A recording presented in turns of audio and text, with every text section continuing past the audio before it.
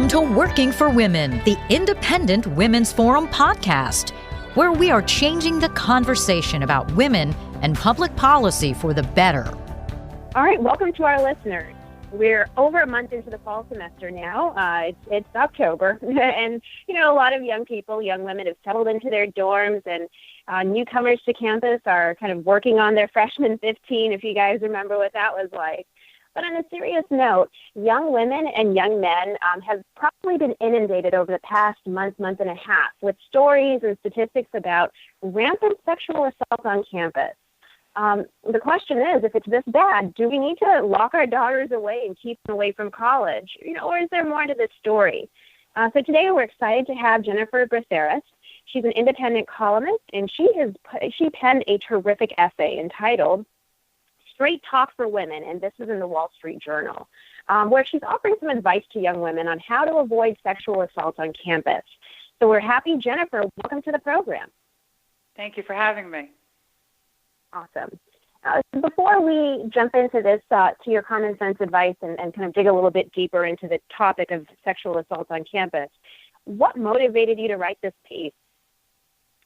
Honestly, I was motivated to write it because of my own daughters. I have 3 daughters, one of whom is in college. And I also have a son, but he's younger. And I felt that a lot of what they're hearing is just misinformation and not designed actually to protect them or keep them safe. And I felt that in the media, there are lots and lots of articles about the law as it pertains to sexual assault and the regulations about sexual assault on campus, but there really wasn't any type of practical advice being offered to students as to how to comport themselves on campus and how to keep themselves safe. That's interesting. I mean, we'll jump down to it in a little bit, but talk about the situation on campus. We've seen some of the statistics, and you've mentioned the misinformation. Is it really true that 1 out of 5 young women is sexually assaulted at college? And I mean, if it's that staggering, why isn't this a national emergency? Exactly. Well, the statistics are grossly misleading. As with any survey, you always have to look at the response rate and you have to look at the definitions that are provided. So a number of the surveys that have been handed out on college campuses about sexual assault have very low response rates, which means that they tend to overrepresent people who actually have been sexually assaulted, and those who haven't been tend not to fill out the survey. So that's one problem with them that makes them difficult to, extrapolate from. But the other issue is a definitional issue because most of these surveys do not ask students whether they've been raped or sexually assaulted. They ask them about specific behaviors, and then the authors of the surveys themselves decide whether or not those behaviors fall into meet their definition of sexual assault. So they ask questions like, have you ever been kissed by somebody while you were drinking without that person asking permission? Or have you ever been rubbed up against inappropriately? Or have you ever, they ask a whole range of behaviors from, forcible penetration to, somebody bumping into you on the dance floor. And then they define all of those behaviors as sexual assault, which most people, when they hear the term sexual assault, they think rape. But it's not always rape. And so it includes a whole host of behaviors, most of which we can all agree are inappropriate. But it's a far cry from, bumping up against someone on the dance floor to actually criminally raping them. So they're very misleading. Sometimes they use an even broader term called sexual misconduct, which is even broader than sexual assault. But again, it leads people to believe that college campuses are virtual crime scenes.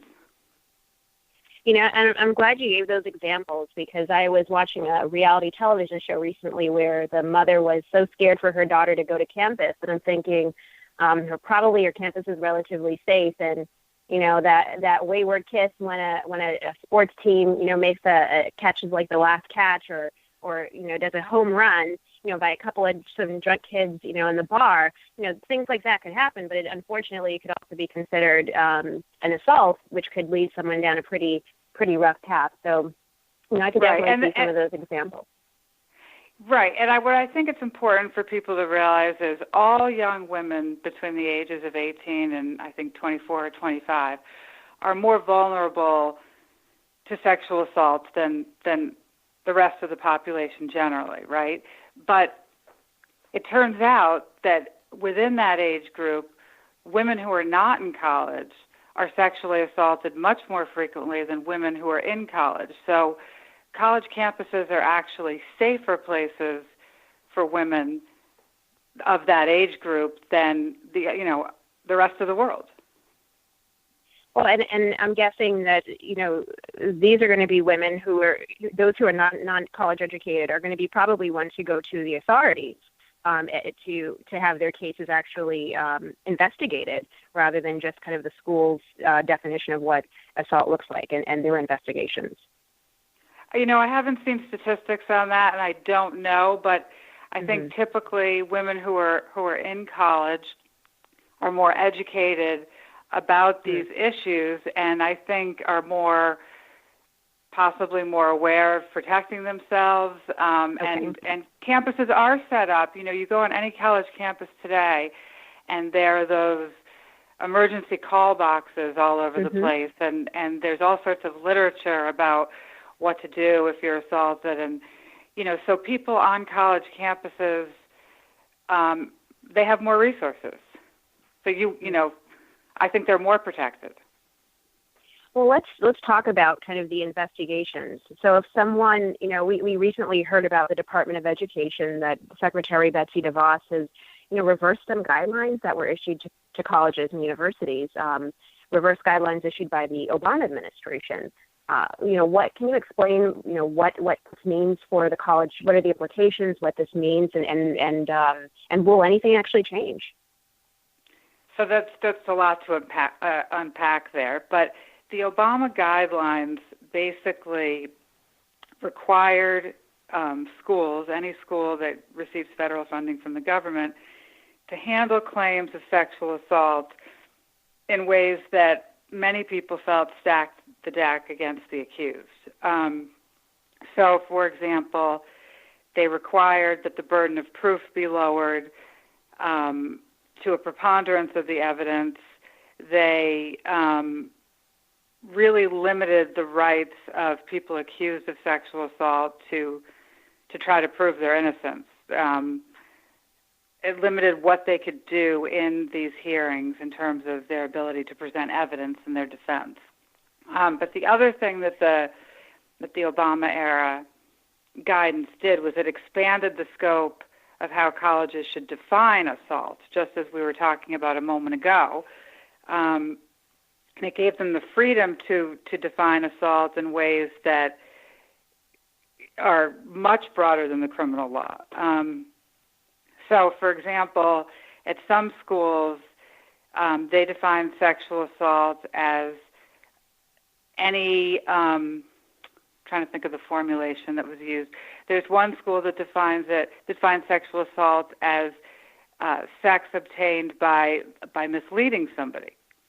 So misleading somebody and telling them, for example, that you love them and want to be their partner for life, and then either changing your mind the next day or, intentionally basically tricking somebody into sleeping with you on the false pretenses of relationship could be defined as rape at this particular Ivy League school.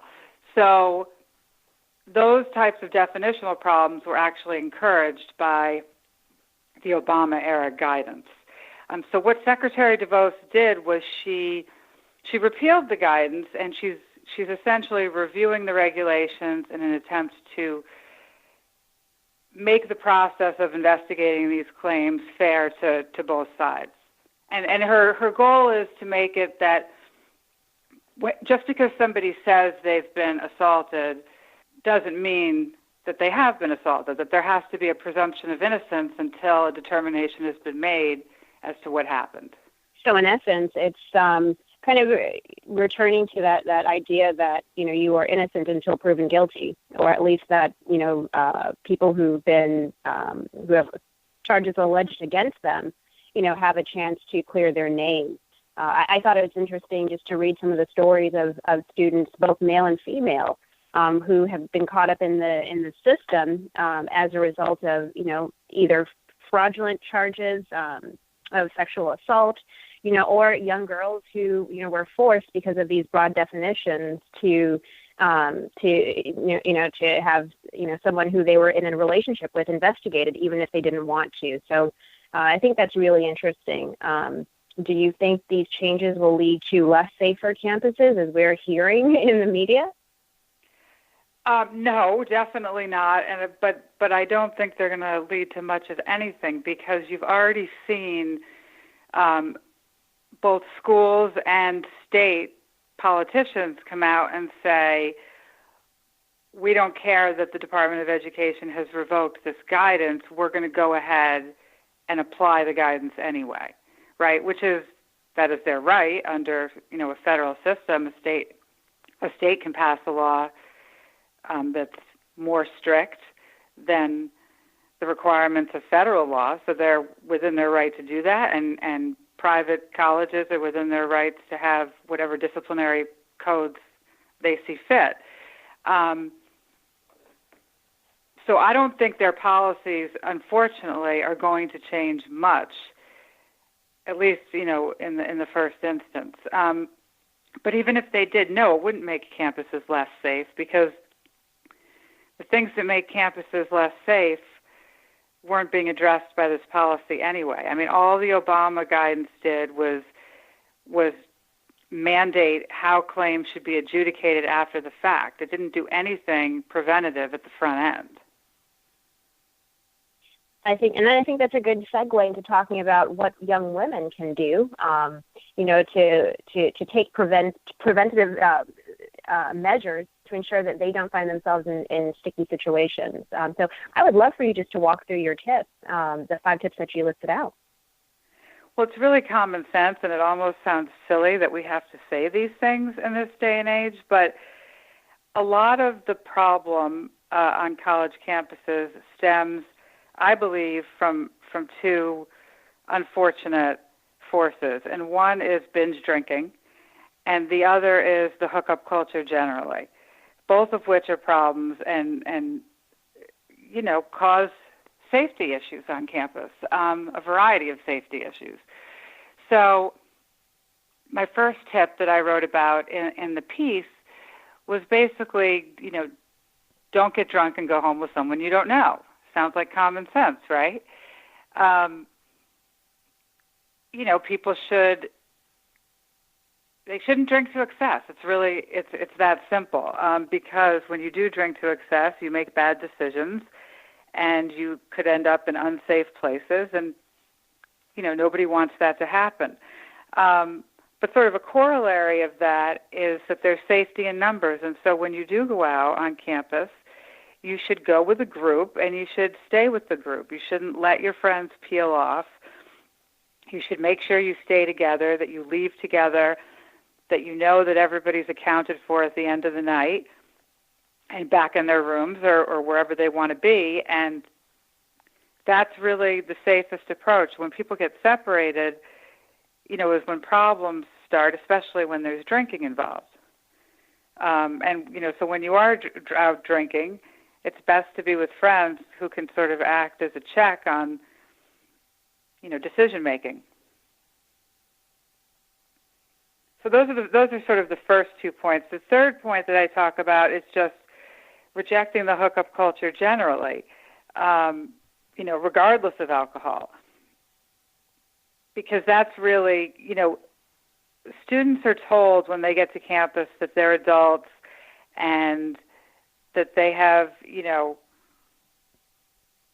license to go and have whatever relationships they want with whomever they want, and they do. I mean, they have that right, but that doesn't necessarily make it a good idea. And, I think if you don't know somebody well enough to know whether you can trust them, it's probably not a good idea to be naked with them, right? I mean, it's common sense. And I tell this to my daughter, but it seems like there are no other adults sort of conveying this common sense message. And along the same lines, I think, young people have to be self-confident. It's okay to meet somebody at a keg party.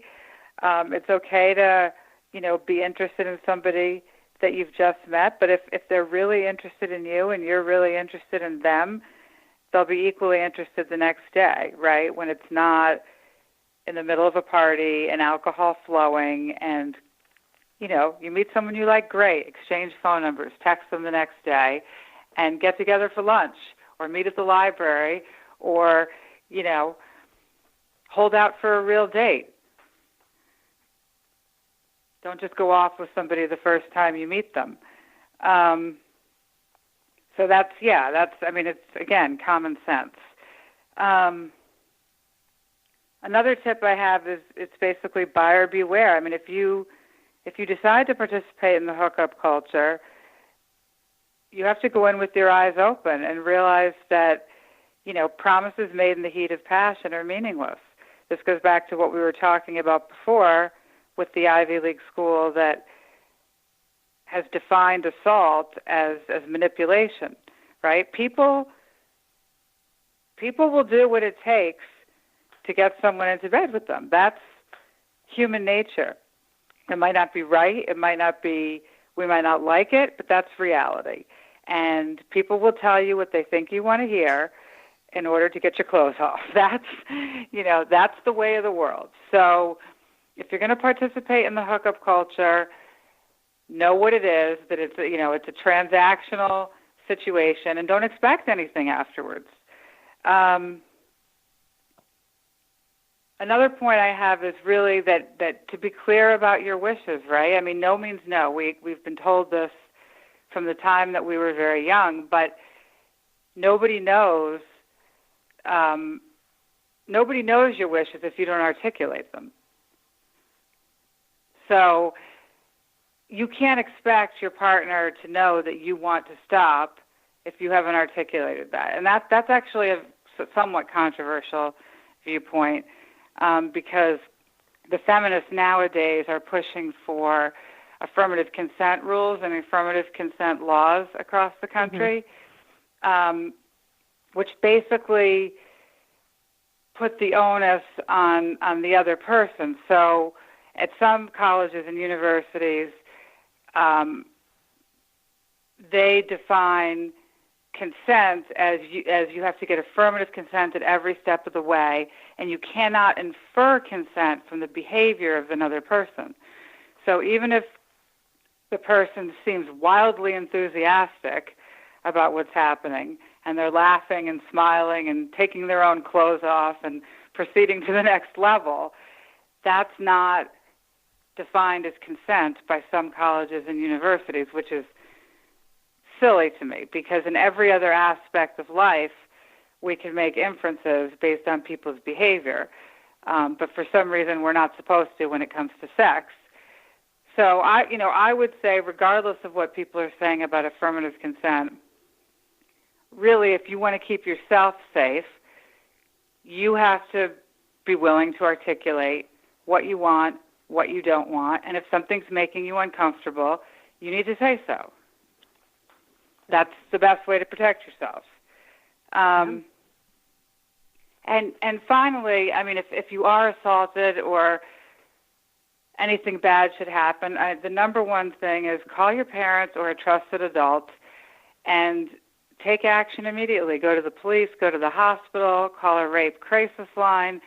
But whatever you do, don't go running to a university bureaucrat who doesn't have your interests in mind. I mean, I think that is a good way to kind of wrap up our conversation. And I thank you for being very candid with your advice, because unfortunately, when I did some research on some of the websites that a lot of young women read today, This is not listed here. And they're not told some of the ways that they can kind of protect themselves, but also what to expect if the unfortunate situation ever arises. So, this is an important issue at the Independent Women's Forum. We definitely are tracking it and following, what's going to happen at the federal level, but also at the local level, on the campus level. And, we really reiterate that rape and sexual assault, even sexual harassment, should not be treated lightly, but we want to empower women, and men to be able to feel like they are not just victims, that they do have some control in this process. So, Jennifer, thank you so much for joining us today and sharing your piece with us. Thank you for having me. Absolutely. To our listeners, we hope you'll join us again for our next podcast, and thank you everybody for listening in. If you enjoyed listening to this podcast, please give it a thumbs up, share it on social media, or stop by iwf.org for similar content.